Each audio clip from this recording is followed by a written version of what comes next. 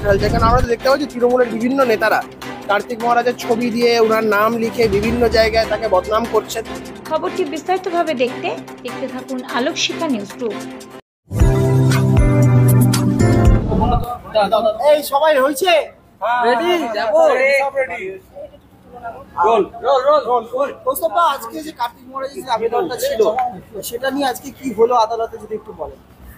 দেখুন, আমরা in camera proceeding করার যে কথাটা বলেছিলাম, কারণ কার্তিক মহারাজকে যেভাবে তার ক্যারেক্টার অ্যাসোসিয়েশন চলছে, যেভাবে রাজ্য সরকারের তরফ থেকে অদ্ভুতভাবে মামলাটির মেরিটে শুনানি চলছিল, সেই অমত অবস্থায় দাঁড়িয়ে রাজ্যের অ্যাডভোকেট জেনারেল হঠাৎ করে এসে তিনি অবজেকশন তুললেন যে এই মামলাটা কেন বন্ধ করে হচ্ছে, ইন ক্যামেরা ট্রায়াল কেন হচ্ছে। এটা থেকেই স্পষ্ট যে রাজ্য সরকার কার্তিক মহারাজকে কতটা মেলাইন করতে চায়।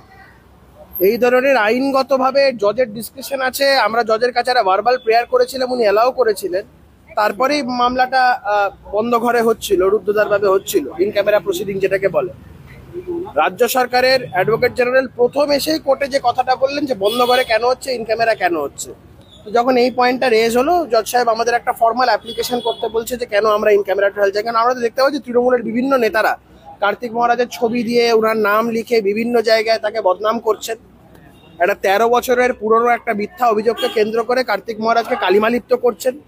তার দোষ হচ্ছে কার্তিক মহারাজ হিন্দুদের হয়ে কথা বলছেন এবং সরকারের যেভাবে মুসলমান তোষণ যে নীতি, তার বিরুদ্ধে কার্তিক মহারাজ সরব হচ্ছেন। হিন্দুদের জাগরণ করার ক্ষেত্রে তার একটা ভূমিকা আছে।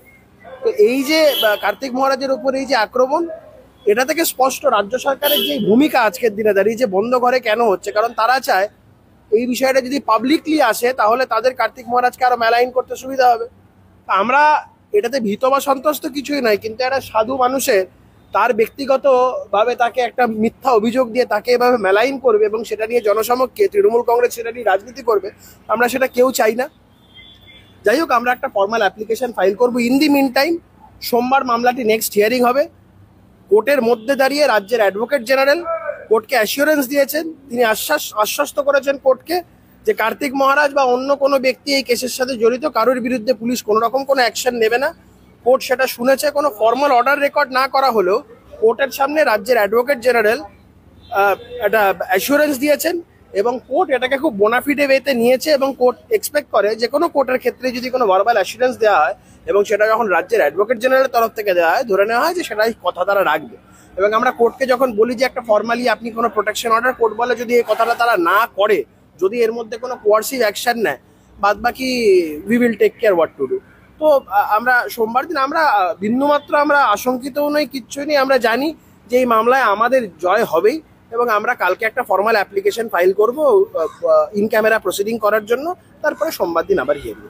কার্তিক মহারাজের যে আবেদনের মামলা ছিল সেটাতে আজকে আদালতে কি হলো, আদালত কি নির্দেশ দিল বা রাজ্যই বা কি বললো? ভারত সেবাশ্রমের একজন সন্ন্যাসীর বিরুদ্ধে একটি মিথ্যা এফআইআর রুজু করে যে কনস্পিরেসি করা হয়েছে সেটিকে প্রদীপ্তানন্দ মহারাজজি, মানে কার্তিক মহারাজ হিসেবে যিনি বহুলভাবে পরিচিত, তিনি চ্যালেঞ্জ করে কলকাতা হাইকোর্টের দ্বারস্থ হয়েছেন। আমরা গতকাল মামলাটি শুনানির সময় বলি আদালতের কাছে যে এই মামলা ফাইল করেছেন সেটার জন্যও বিভিন্ন রাজ্যের ব্যাক বা রাজ্য সরকার যে চালাচ্ছে যে দল, সেই দলের ব্যাক মিডিয়াগুলো, ইউটিউব চ্যানেলসগুলো, এমনকি বেশ কিছু রুলিং পার্টির নেতাও এরম মন্তব্য করছে যে হাইকোর্টে এসছেন বলে উনি আদালতের বা আইনের দ্বারস্থ হয়েছেন মানে উনি স্বীকার করে নিচ্ছেন উনি দোষী। আমরা গতকাল আদালতের কাছে ইন্ডিকেট করি যে রাজ্যের বেসিক ডিজাইনটাই হচ্ছে যে এই মামলা চলতে থাকবে, এরকম একটা ফলস ফ্রিভোলাস কেস যেটা করা হয়েছে কার্তিক মহারাজের বিরুদ্ধে, এবং সেটিকে দেখিয়ে দেখিয়ে রাজ্যের টার্গেটই হচ্ছে ওনার রেপুটেশনটাকে সম্পূর্ণভাবে নষ্ট করার উপায় আর কি, যেরকম পঙ্কজ দত্তর সাথে হয়েছিল। তো আমরা সেই মর্মে গতকাল আদালতের কাছে প্রে করেছিলাম যাতে প্রসিডিংটা ইন ক্যামেরা হয়। ইন ক্যামেরা মানে আমরা যখন মামলাটি শুনানি হবে তখন যারা যারা পক্ষ আছে, এই মামলাতে পার্টি আছে আর কি, তাদের আইনজীবী ব্যতীত কোর্টের মধ্যে যাতে আর কেউ না থাকতে পারে। আজকে মামলা শুনানির জন্য ধার্য ছিল। আজকে পিকুলিয়ারলি রাজ্য সরকারের তরফ থেকে এসে নতুন করে আবেদন করা হয় যে না ইন ক্যামেরা প্রসিডিংসে রাজ্য সরকার আপত্তি জানাচ্ছে, রাজ্য সরকারের বক্তব্য এটা ওপেন কোর্টে করতে হবে। আমরা তখন প্রশ্ন তুলি যে রাজ্যের এত কি ইন্টারেস্ট, কেননা পুলিশের কাজ তো হচ্ছে যে এফআইআরটা রেজিস্টার্ড হয়েছে, এফআইআরটা আইনত রেজিস্টার্ড হয়েছে কি হয়নি সেই অবধি কোর্টকে ইন্ডিকেট করা। তো রাজ্য হঠাৎ করে এত মানে উগ্রভাবে এগিয়ে আসছে ইন ক্যামেরা প্রসিডিংসকে অপোজ করার জন্য কেন? ইনফ্যাক্ট আমরা বলি যে এটার থেকে আরো বরঞ্চ ক্লিয়ার হয়ে যাচ্ছে, জলবৎ তরলং হয়ে যাচ্ছে যে এই কেসটি, এই ফলস কেসটি যেটি মহারাজের বিরুদ্ধে করা হয়েছে, এটা রাজ্যেরই সাজানো একটি ঘুঁটি। কেননা মহারাজজি যেটি করেন, মহারাজজি যদি কোনো রাজ্যের কোনো ভূমিকা নিয়ে যদি ক্রিটিসাইজ করেন, তাতে রাজ্যের যারা পাওয়ার করিডোরসের একদম টপ অফ দ্য পাওয়ার করিডোরসে আছে তারা এক্সেপশন নেন। তো আমরা এই জিনিসটি ইন্ডিকেট করি। এবার এটা নিয়ে আজকে সেটা নিয়ে আর্গুমেন্ট চলে। আমরা আদালতের কাছে এটাও ইন্ডিকেট করি যে এটা কিছুই না, এটা রাজ্যের একটি অভিসন্ধি মামলার মূল মেরিটের থেকে আদালতের দৃষ্টিকে ঘোরাবার জন্য। তো যাই হোক, শুনানি হয়েছে। আমাদেরকে বলা হয়েছে যে যেহেতু রাজ্য এরকম একটি পয়েন্ট নিচ্ছে, রাজ্য থেকে এরকমও বলা হয় যে আদালত এই বিষয়ে একটি লিখিত অর্ডার পাস করুক ইন ক্যামেরার ব্যাপারে, কেননা রাজ্য নাকি সেই অর্ডারটা দেখতে চায়, দেখে রাজ্য দরকার হলে সেই অর্ডারের থেকে অ্যাপিলে যেতে পারে রাজ্য। তো তাই জন্য আমাদেরকে লিবার্টি দেওয়া হয়েছে কালকের মধ্যে ইন ক্যামেরা প্রসিডিংসের জন্য লিখিত আবেদন করতে। মামলাটি সোমবার দিনকে আবার থাকবে।